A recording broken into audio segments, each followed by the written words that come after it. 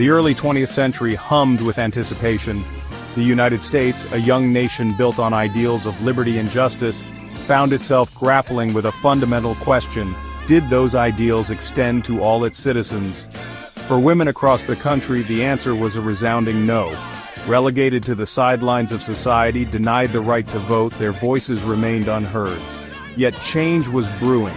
Women, tired of injustice, began to organize and speak out. They dared to envision a future where their voices held power, where their votes could shape the nation. This is the story of their fight, a fight for equality, a fight for suffrage. This was not a fight confined to smoke-filled rooms or whispered conversations. This was a movement that spilled onto the streets, into the public square. Women from all walks of life united under a common banner. They believed in a simple, powerful truth: their voices mattered, their votes mattered, and they were willing to fight for that right, to challenge the very fabric of society, to claim their rightful place in the nation's future. The year was 1848. In the small town of Seneca Falls, New York, a group of courageous women and men gathered. They were united by a shared belief in equality and a burning desire to see women recognized as full citizens. This gathering, the Seneca Falls Convention, became a pivotal moment in the fight for women's suffrage.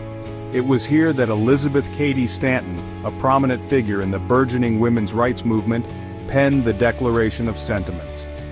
Modeled after the Declaration of Independence, this powerful document boldly declared that all men and women are created equal. Stanton, along with Susan B. Anthony, another leading figure in the movement, understood that securing the right to vote was paramount. They recognized that without the ballot, women remained powerless to influence the laws and policies that governed their lives.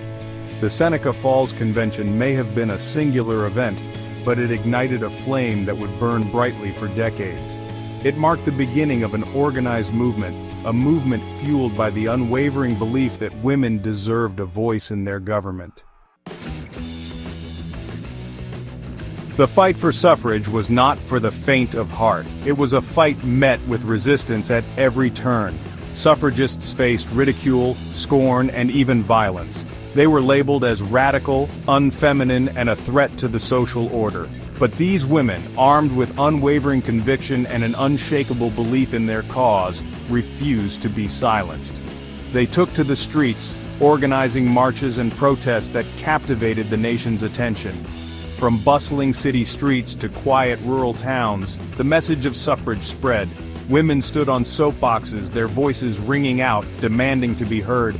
They endured heckling, jeering, and even physical abuse. Some were arrested and imprisoned for their activism, their commitment to the cause unwavering even behind bars. These acts of defiance, of unwavering courage in the face of adversity, slowly began to chip away at the wall of resistance. As the movement gained momentum, new leaders emerged, women who brought fresh perspectives and innovative tactics to the fight. Alice Paul and Lucy Burns, founders of the National Woman's Party, understood the need for a more direct approach.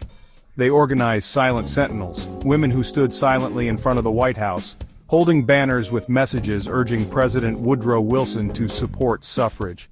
Day after day they endured inclement weather, verbal abuse, and even arrest. Paul and Burns recognized that true equality required a constitutional amendment, one that guaranteed women's right to vote across the nation. They launched a relentless campaign, lobbying politicians, organizing demonstrations, and mobilizing women across the country. Their efforts, though controversial at the time, were instrumental in keeping the issue of suffrage in the public eye and applying pressure on lawmakers to act.